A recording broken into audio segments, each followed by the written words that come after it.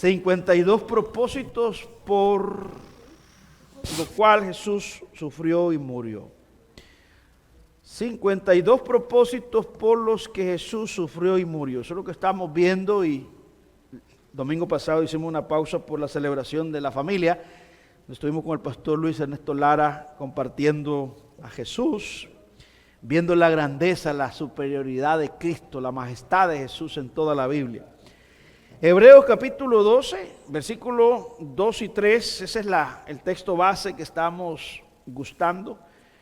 El propósito es que usted me recuerde siempre y diga, wow, pasamos más de un año en Hebreos 12, 2 y 3, aprendiendo acerca de la majestad de la obra de Cristo. Porque la carta en sí, hermanas y hermanos, el tema general es la supremacía de Jesús. Jesús es superior a los ángeles, Jesús es superior a Moisés, a David. Él es superior a todo lo que existe, a todo lo creado. Y el enfoque es en Jesús, poner los ojos en Jesús. Él es el único modelo, Él es el modelo de la fe verdadera. Él es también el modelo de una obediencia total, de sufrimiento, de gozo, de triunfo, de éxito. Todo lo tenemos en Cristo Jesús. De rechazo, de humillación, lo vamos a ver en Cristo, y es así como vamos a sobrevivir en esta tierra. Y vamos a la palabra de nuestro Dios. Así dice el Señor, todos juntos a una voz. Hebreos capítulo 12, versículo 3. ¿Lo tiene? Leamos juntos. Puestos los ojos en Jesús, el autor y consumador de la fe, el cual por el gozo puesto delante de él sufrió la cruz, menospreciando el oprobio, y se sentó a la diestra del trono de Dios. Considerad aquel que sufrió tal contradicción de pecadores contra sí mismo, para que vuestro ánimo no se canse hasta desmayar. Inclinemos nuestro rostro. Padre, te damos gracias, Señor, por una nueva oportunidad. Estamos aquí reunidos, Señor, con tu iglesia para darte honra, para darte gloria en primer lugar. En segundo lugar, Señor, para edificarnos, para crecer en gracia, en conocimiento, para crecer a la semejanza de Cristo. Gracias por el Espíritu Santo que nos has concedido para ayudarnos a forjar nuestro carácter. Te pedimos, Señor, por los que están esclavizados, por los que están condenados, que tú hagas el milagro, Dios, que todos necesitamos. El milagro, Dios, de la nueva vida en Cristo. Te pido por los enfermos, por los que están aquí, por los que están en sus hogares, que por favor, Señor, si te place, traer sanidad a través de tu palabra. Señor, para ti no hay nada imposible, lo recibimos. Sana a mis hermanas y hermanos, Señor, y amigos y amigas que están alrededor del mundo. Y también te pedimos, Dios, consuelo para el que está afligido. Y muchas gracias, Señor, te damos. En Jesús oramos, Señor nuestro. Amén. Y amén. Puede tomar su lugar, amados hermanos y hermanas. La pasión de Jesús es lo que estamos estudiando a las 11. Esta es la parte número 6. Ya hemos avanzado bastante. Y yo le puse abajo ahí 52 propósitos por los que sufrió Jesús y murió. Vamos a grabar una serie para ponerlo en las plataformas digitales, que son 365 propósitos, un propósito cada día para recordarnos el Evangelio, para recordarnos el sufrimiento de Cristo. La palabra pasión, la hemos venido viendo, que es una palabra muy conocida. En primer lugar, cuando usamos la palabra pasión, la encontramos en la sociedad que nos habla del deseo sexual. También se usa para el celo por una tarea. Se asocia también a lo que es la oratorio de Barnes.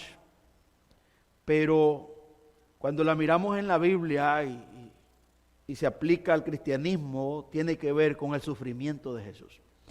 Es en ese sentido que nosotros, hermanas y hermanos, estamos observando la pasión de Cristo. Es decir, la pasión de Cristo se refiere al sufrimiento físico, emocional, espiritual que padeció Jesús en la última semana, desde que estuvo en el Getsemaní hasta la muerte en la cruz, su agonía. A eso se le llama la pasión de Jesús. Que Jesús enfrentó todo eso. Él en un momento estuvo orando y dice que su sudor eran como gotas de sangre, dice Lucas. Estaba angustiado, estaba afligido. Y vemos una diferencia entre Jesús y los demás que murieron después. Esteban estaba siendo apedreado, pero Esteban estaba alabando al Señor. Él dijo: veo al Hijo de Dios a la diestra del Padre. Entonces dice que crujían los dientes de enojo los judíos ortodoxos en Hechos 7 y lo apedreaban y lo mataron. Ahí estaba Pablo, ¿no?, llamado Saulo de Tarso. Que eso fue lo que sacudió a Pablo, fue lo que usó el Señor, esa postura de Esteban, que estaba muriendo lentamente apedreado, pero no negó a Jesús. Más tarde entonces a Pablo le toca ser apedreado, azotado, perseguido y posteriormente decapitado, pero eso fue lo que cautivó a estos hombres, la persona de Jesús. De tal manera que Pablo después en sus cartas él habla acerca de que él estaba crucificado y nos llama a nosotros, vea, que estamos muertos juntamente con Cristo y que ya no vivimos nosotros, sino que Cristo vive en nosotros. Él dice en Filipenses: a fin de conocerle y llegar a su padecimiento. O sea, él caminaba en busca de esa plenitud, ese conocimiento de Jesús. Ese era el apóstol Pablo. Entonces, la muerte de Cristo, hermanas y hermanos, no es solamente una semana al año que se recuerda, sino que este es el evangelio que se nos ha sido dado a todos nosotros los seguidores de Cristo, que lo proclamemos. Esto es lo que debemos de presentarle a toda persona que no ha escuchado de Jesús, la obra de Cristo. El plan de redención eterno de nuestro Dios, que es revelado desde Génesis y cumplido en toda la Biblia en la persona de Cristo. Hemos estado viendo en primer lugar que Jesús sufrió y murió para la gloria de Dios. Para la gloria de Dios, en primer lugar. Para la gloria de Dios. Es decir, para que Dios brille, para que se dé a conocer la santidad, la justicia, el celo de Dios, la ira de Dios, el enojo del Señor. Pues Cristo murió y sufrió, hermanas y hermanos, para la gloria de Dios. Cuando hablamos del sufrimiento de Cristo, no se limita solamente que Jesús sufrió solamente los últimos días o la crucifixión. Jesús sufrió desde la niñez. Desde su nacimiento sufrió. Fue una vida de dolores, una vida de sufrimiento, que nadie la puede superar. Isaías lo pone como alguien que tiene un doctorado en dolores. Dice, varón de dolores, experimentado en quebranto. Isaías 53.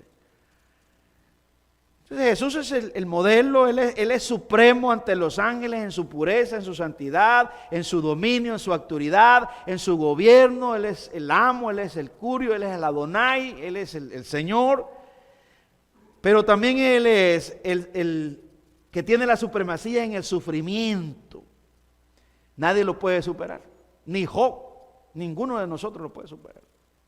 Entonces, Jesús en su niñez nació con escasos recursos. Dios escogió una familia extremadamente pobre y permitió que naciera en una ciudad donde tampoco se le permitió, no se le dio un lugar adecuado, sino que una cueva con los animales. Así lo que hizo el Padre. Y no va a encontrar a Jesús renegando: ¿por qué yo nací en una cueva? ¿Por qué me pusieron en un pesebre lleno de baba, de bacterias, donde comen los animales? No, no lo ve a Jesús. No ve a Jesús renegando. Usted ve a Jesús dando gloria, dándole gracias a Dios todo el tiempo en obediencia. Entonces ahí tenemos una parte, siendo dueño de todo, el creador de todo. Pero luego viene el rechazo. Herodes quiere matarlo, aquel niño, porque es una amenaza, lo persigue y ejecuta aquel decreto de matar a todos los niños menores de 3 años, y hay aquel asesinato que ya Jeremías había profetizado. Y va a Egipto y está allá, y hasta que mueren estos sanguinarios, estos criminales, entonces vuelve y se queda en Nazaret y crece. Pero luego Jesús sufre, digamos, de acusación de que era un bastardo, porque no era hijo legítimo original de José. Pero eso no lo detuvo. Eso no lo detuvo, no lo deprimió. Él siguió la línea establecida por Dios, vino para glorificarlo, lo glorificó en su nacimiento, lo glorificó en su juventud, lo glorificó ya siendo de 30 años.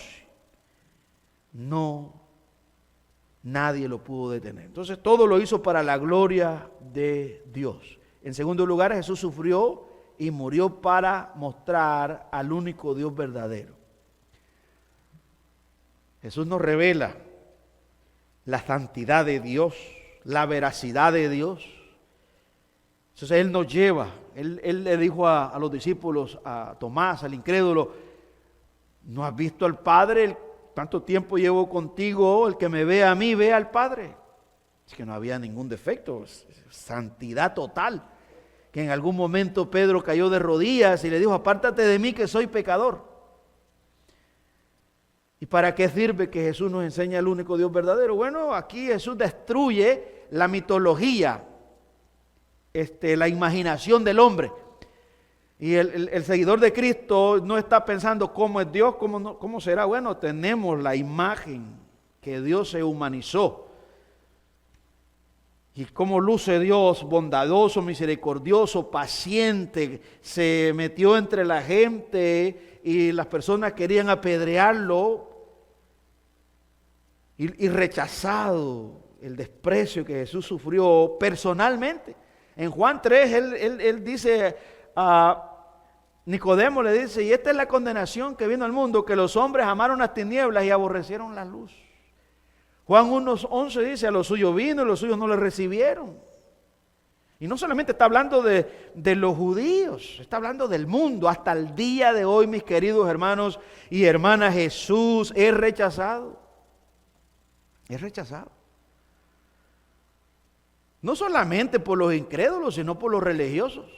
Este es el día de Él, este es el día domingo, el primer día de la semana, que en la Biblia está revelado, establecido por Dios, el día del Señor, donde se tiene que paralizar el mundo y debemos de presentarnos a darle gracias por la vida física, a darle gracias por la familia, a darle gracias por todo, por lo que usamos, que todo le pertenece a Él. Pero el hombre en su condición es ingrato. Y la religión nos engaña. A veces tenemos un Cristo sin poder, tenemos un Cristo que solo es Salvador, pero no es Señor.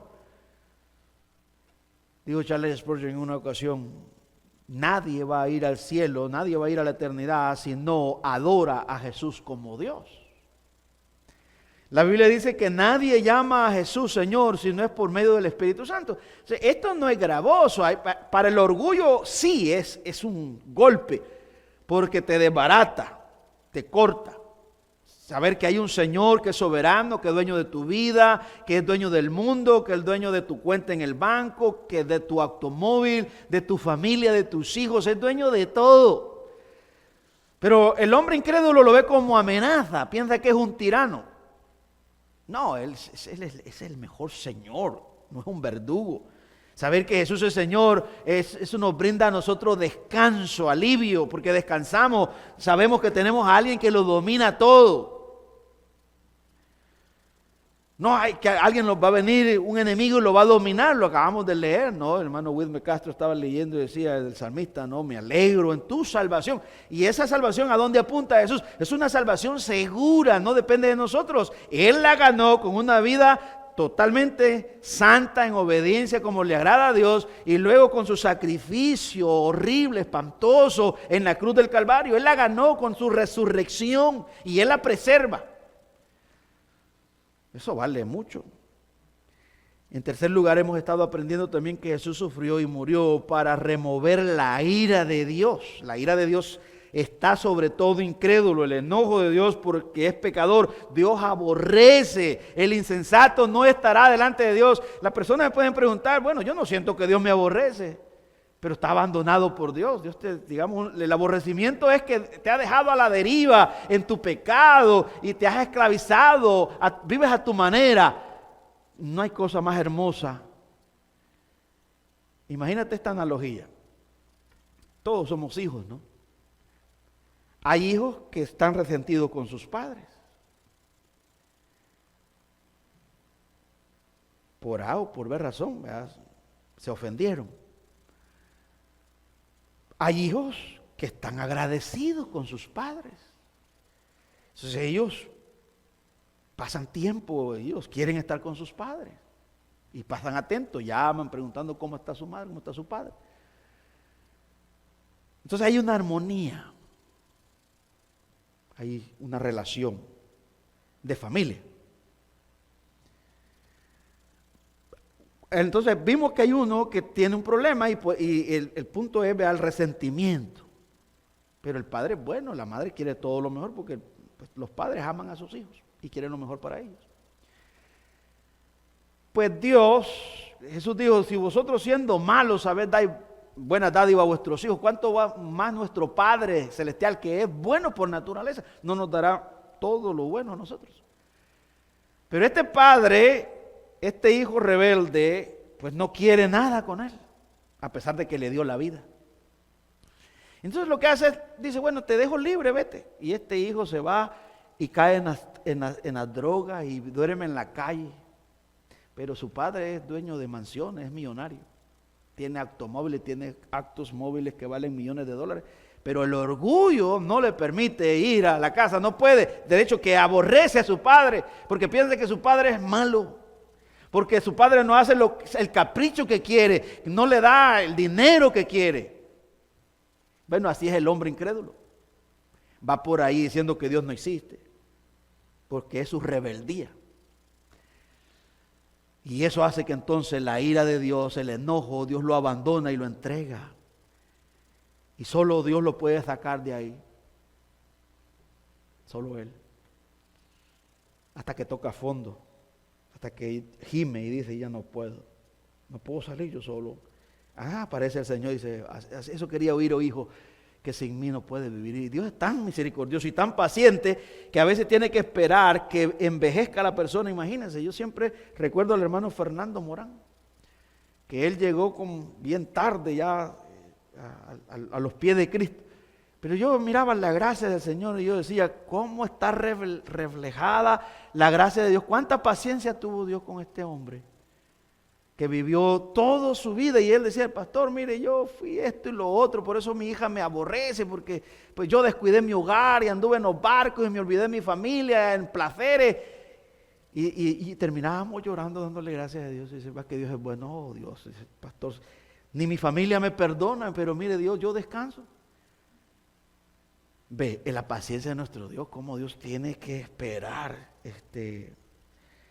Pero mientras tanto, el hombre, mientras vive en su pecado, está retirado de él por su santidad. Dios es santo. Entonces, eso lo removió Jesús, nos reconcilió, el enojo de Dios lo movió, Él recibió la ira, dice la Biblia que ya no se acordará más de nuestros pecados, que los ha tirado al fondo del mar, y ese mar es la ira de Dios. Entonces Dios puso los pecados de usted y los míos en Jesús, y tomó a Jesús y lo tiró al fondo del mar. Cuando nosotros miramos la Biblia que dice que ya no se acordará de nuestros pecados porque los tiró al fondo del mar, es porque así como Dios tiró a Jonás y se lo tragó a aquel pez, pues de la misma manera tiró a Jesús, pero en el mar de la ira, del enojo, y Jesús estuvo ahí en agonía, en angustia, y fue sepultado 3 días y 3 noches, y después de ahí Jesús salió. Ese es lo que, de esa forma es como se removió la ira del enojo, y ahora ya no hay ira. Cuando hablamos de la ira de Dios, ya para nosotros no es algo que nos da terror, es algo que nos motiva a decir, bendito sea Jesús que hizo esa obra maravillosa, quitó ese enojo y ahora me ha reconciliado con mi Padre. De eso se trata la pasión de Cristo. En cuarto lugar, aprendimos la vez pasada que Jesús sufrió y murió para enseñar obediencia. No hay nadie que pueda superar la obediencia de Cristo. El apóstol Pablo en Filipenses 2:5 al 9 nos invita a tener el mismo perfil de Jesús en obediencia. Y él termina diciendo que fue obediente hasta la muerte. Y luego hace una pausa, una coma y dice, y muerte de cruz. Esa alabanza cristocéntrica que acabamos de cantar, no, el poder de la cruz. Es deliciosa, glorioso intercambio. Digamos, cuando estamos cantando y cantamos esos himnos tan bíblicos, digo, bendito sea Dios por este oasis que tenemos, donde el enfoque es el Señor, no estamos preocupados por motivar o que las personas se sientan bien, nosotros estamos preocupados pero por darle gloria y honra, exaltarlo a Él con todo lo que hacemos. Hoy, en quinto lugar, veremos que Jesús sufrió y murió para pagar nuestra deuda. Miremos en Juan capítulo 19, hay una palabra que Jesús desde la cruz expresó y lo resume. En Juan 19, versículo 30, aparece este texto maravilloso que dice: cuando Jesús hubo tomado el vinagre, dijo, consumado es. Y habiendo inclinado la cabeza, entregó el Espíritu. Esa palabra en el griego es tetelestai. Y tetelestai se usaba como un documento de cancelación de una deuda. O sea, cuando usted cancelaba una deuda, le daban un documento y le decían, tetelestai, está todo cancelado, intereses de una vez y para siempre. Y le daban un documento donde usted lo podía presentar y decir, mire, aquí está el recibo, yo pagué la deuda. Era legal. Entonces lo que Jesús está haciendo aquí es Él usando las leyes civiles y aplicándola en la parte espiritual y diciendo que delante de Dios está todo pagado, tetelestai. La deuda está pagada para todo aquel que cree en Jesús. Creer en Jesús, hermanas y hermanos, implica obedecer. Implica deleite. Gustar, que me gusta Jesús, quiero estar con Él, no hay nadie como Él. Pero hay personas que dicen, no, yo creo en Jesús, pero ¿por qué no quieren estar con Jesús? ¿Por qué nos cuesta llegar los domingos? Dice, pastor, es que estoy cansado, yo trabajo y todo. Tal vez nunca se ha enamorado. Si alguna vez ha estado enamorado va a entender. ¿Vea? Cuando uno está enamorado no hay nada que te pare, ni cansancio, ni nada. El amor lo arrastra. Cuando yo conocí a mi esposa Ángela, una vez yo quería saber si la amaba. Y yo dije, ¿será que la amo? Y en los primeros años yo viajaba para Boston y venía a predicar los sábados y los domingos. Los sábados hacíamos evangelismo y luego el domingo yo regresaba. Y regresaba en la madrugada, me iba a las 2 de la mañana porque íbamos a ir a trabajar. Teníamos una compañía de construcción y mi hermano pues era el que me ayudaba y todos los demás. Entonces yo voy llegando a las 7 de la mañana, habíamos rentado un tractor, una máquina estábamos poniendo uno de esos, un cesspool. Nunca voy a olvidar porque hasta el teléfono se me cayó y lo aplasté. estábamos excavando, vamos a colocar esto, lo vamos a aterrar y ya nos vamos, a la 1 salimos porque íbamos a terminar el trabajo. Pero luego me aparece, ¿verdad?, la llamada y me dice, fíjese que no puedo levantarme, me duele el pie. Estábamos comprometidos. Entonces yo hice una pausa y mi hermano estaba cerca. ¿Qué pasó? Mi hermano mayor. Y le digo, no, que Ángela se torció el tobillo y no puede ir ni a la escuela, ni no puede salir. Entonces solo me volteé a ver y le digo, quédate y yo me voy. Y me dijo, bueno, dale, yo me encargo. Entonces cuando yo venía en el camino, yo dije, bueno, ¿por qué hago esto? Yo no, pues soy curandero, no la puedo sanar, ¿no? Pero entonces en el camino comencé 4 horas de regreso. Dije yo, esta es la señal que esta va a ser mi esposa, porque tiene un valor significante para mí, no me importa nada. Dígame, no pensé nada, simplemente me voy. La distancia no. Entonces ahí me di cuenta que por primera vez, entonces tenía, digamos, con hechos, no con emociones, y no, sí, no importa el sacrificio. Entonces siempre esa analogía la uso en cuanto a la relación con Dios. Digo, lo que hace falta para tener pasión es amar, es haber sido amado por Jesús para que no haya límites. Si no hemos experimentado el amor de Jesús, entonces cualquier cosa nos va a tumbar. No, que está lloviendo, mire, yo no puedo ir porque está lloviendo, va a estar lloviendo todo el día. La lluvia. No, que hay nieve, ¿ves? Hoy va a estar muy caliente, hermano, está muy caliente. No. Es que la verdad, probablemente no conoces quién es Jesús. No sabes qué es lo que Él pagó. ¿Cuál es la deuda que Jesús pagó? Bueno, hermanas y hermanos, todos los descendientes de Adán somos deudores. Nosotros, Dios demanda honra. En Malaquías capítulo 1, versículo 6 en adelante, Dios pregunta, ¿dónde está mi honra? Fíjese, mire lo que dice Malaquías capítulo 1, versículo 6. El hijo honra al padre, el siervo a su señor. Usando la analogía de la familia, que es normal, dice, el hijo honra al padre. ¿Y cómo le honra? Haciendo lo que le agrada, obedeciéndole. Yo sé que cuando somos menores de edad y vivimos en casa, pues tenemos que sujetarnos a las leyes de papá. Él dice, bueno, yo quiero que a las 8 de la noche ya se cierre la puerta, ya, si al que anda afuera, pues se va a quedar afuera. Pero no es necesario que me quede afuera, porque dice, no, papá ya dijo que no es saludable andar a las 8 de la noche afuera, que voy a andar buscando afuera. Y más las hembras todavía es peor. Dice, no, usted a las 5. No, papá, no, pues tiene desde las 6 de la mañana usted puede salir, pero a las 5 la quiero.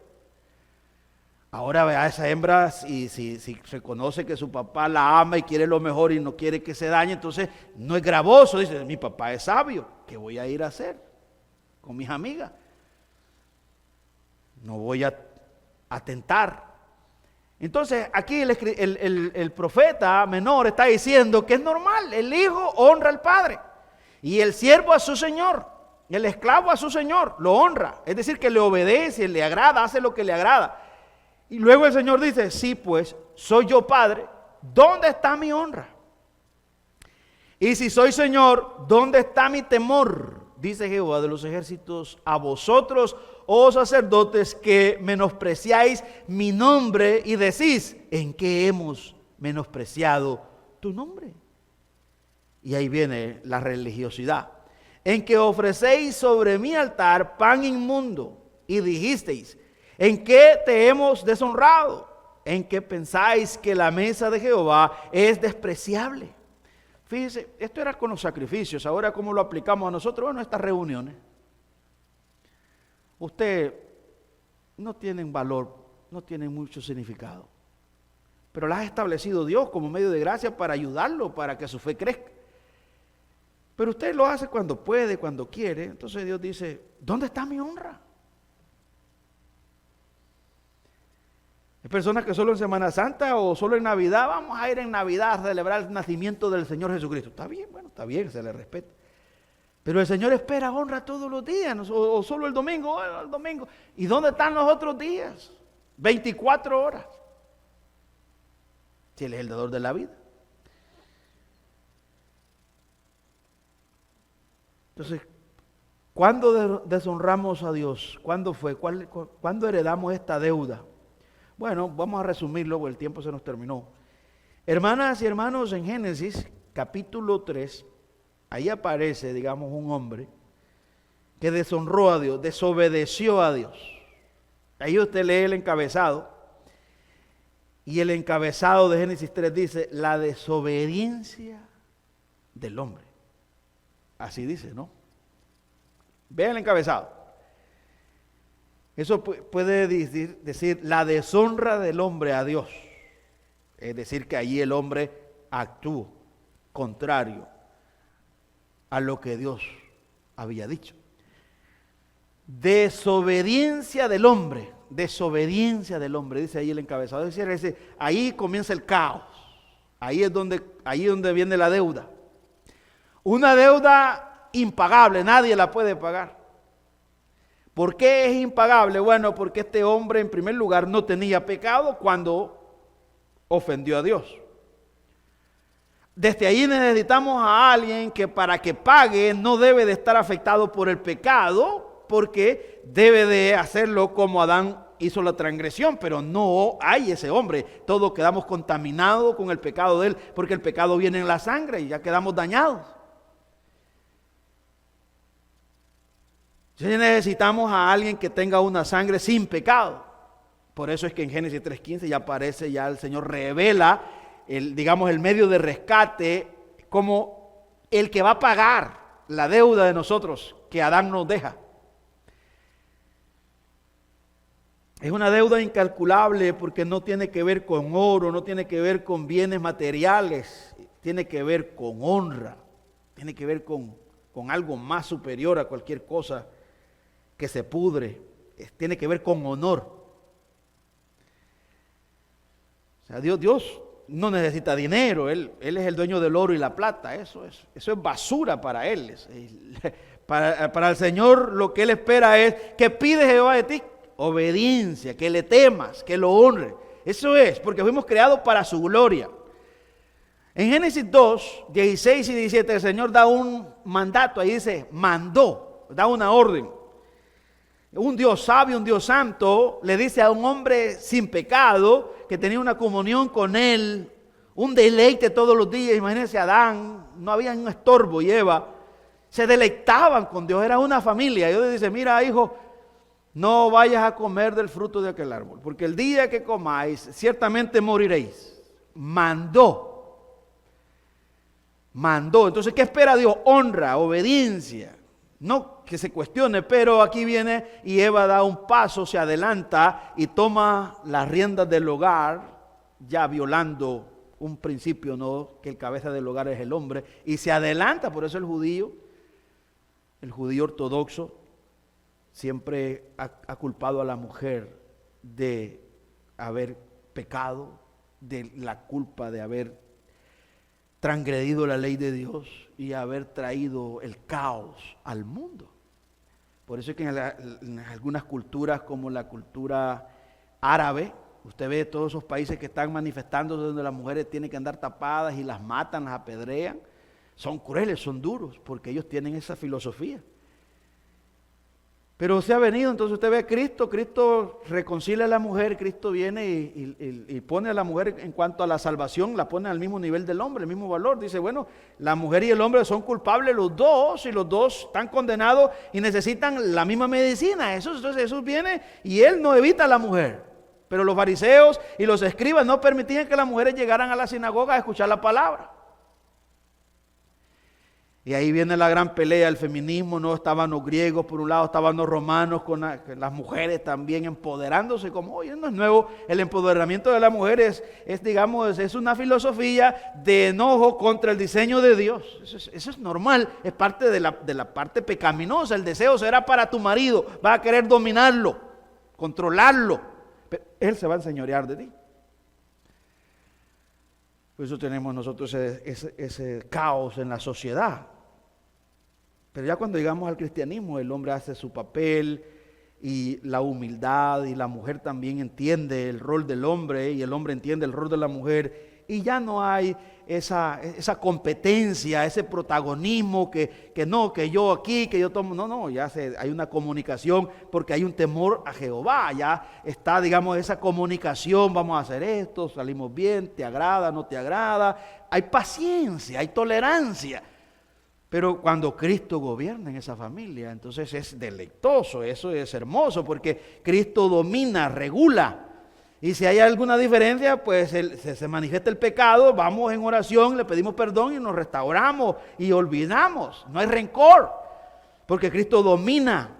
Pero donde no está Cristo hay rencor. El hombre hace algo y la mujer dice, y no perdona.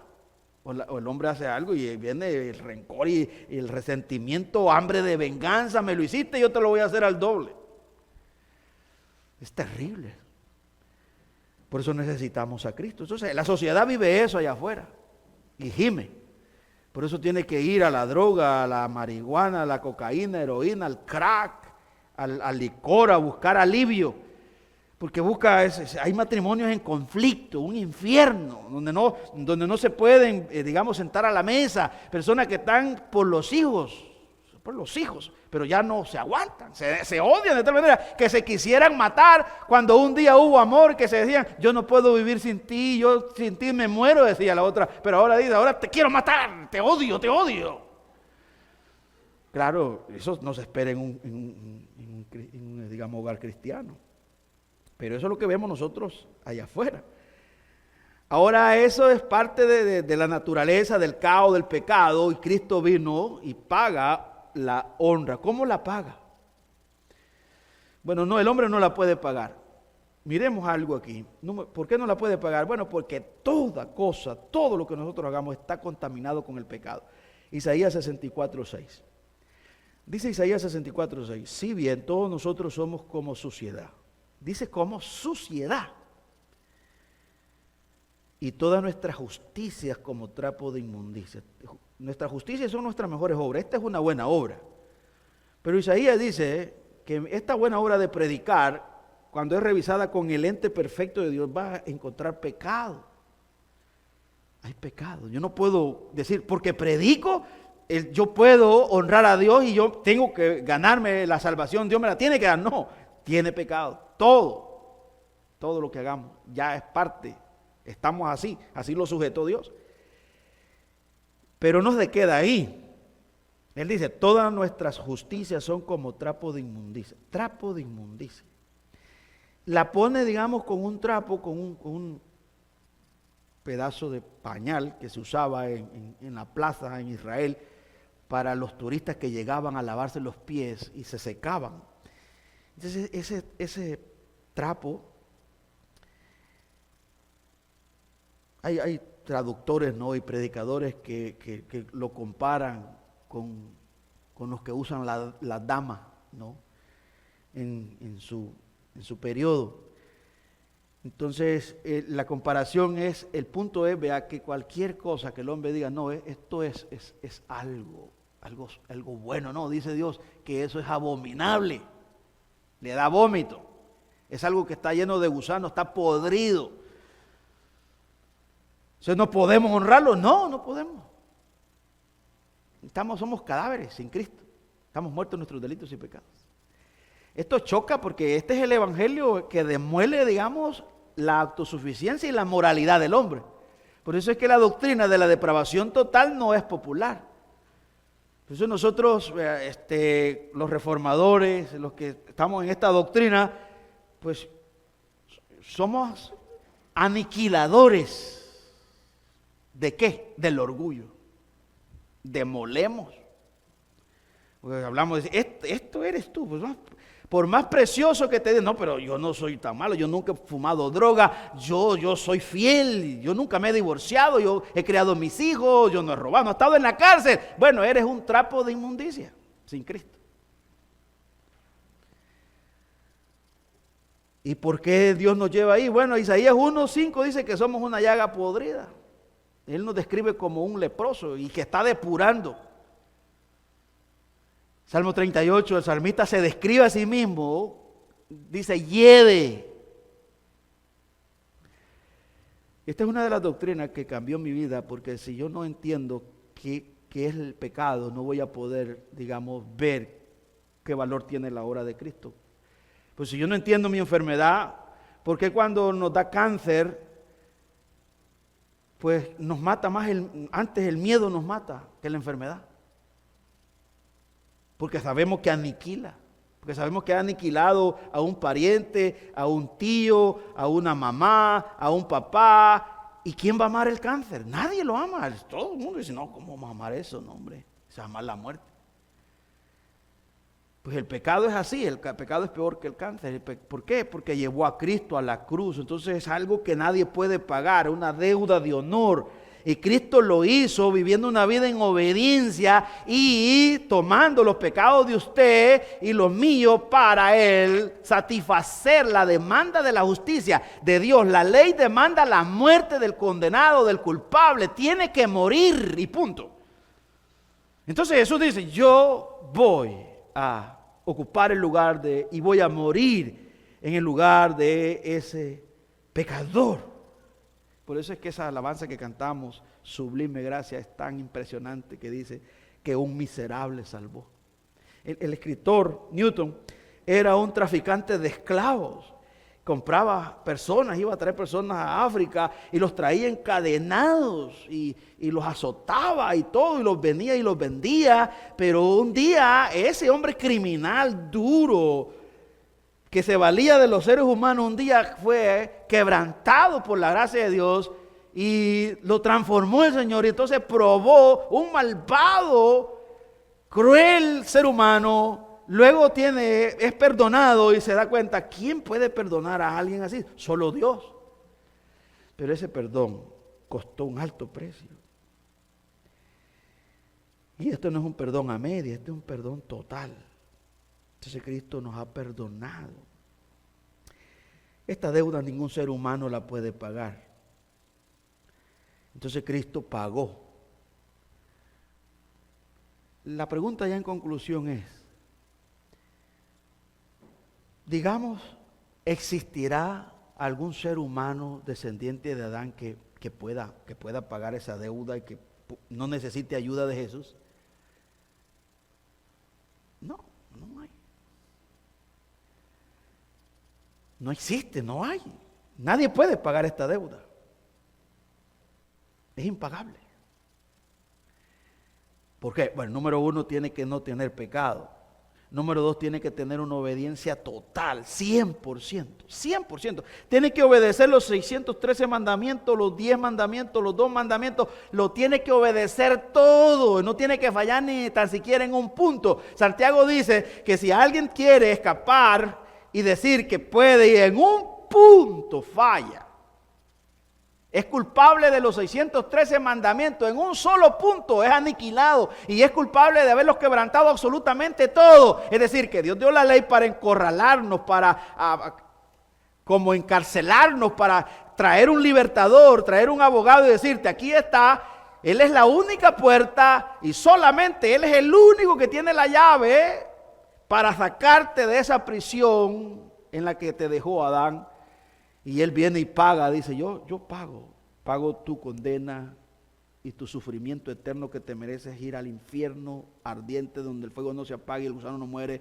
Yo lo voy a recibir en la cruz para que tú quedes libre y vayas conmigo a vivir eternamente. Eso es lo que hizo Jesús. Eso es lo que hemos recibido. Cristo sufrió y murió para pagar la deuda que todos nosotros heredamos. Ya no debes nada ante el trono celestial. ¿Cuánto lo creemos? Disfrutémoslo, démosle gracias todos los días. Oramos. El predicador ha terminado su mensaje. Ahora, Dios manda a todo ser humano en todo lugar que se arrepienta de sus pecados. Deje el impío su camino y el hombre mentiroso sus pensamientos y vuélvase a Jehová, el cual tendrá de él misericordia, el cual será amplio en perdonar. Cree en el Señor Jesucristo y serás salvo. Porque hay un solo Dios y un solo mediador entre Dios y los hombres, Jesucristo hombre. Amén.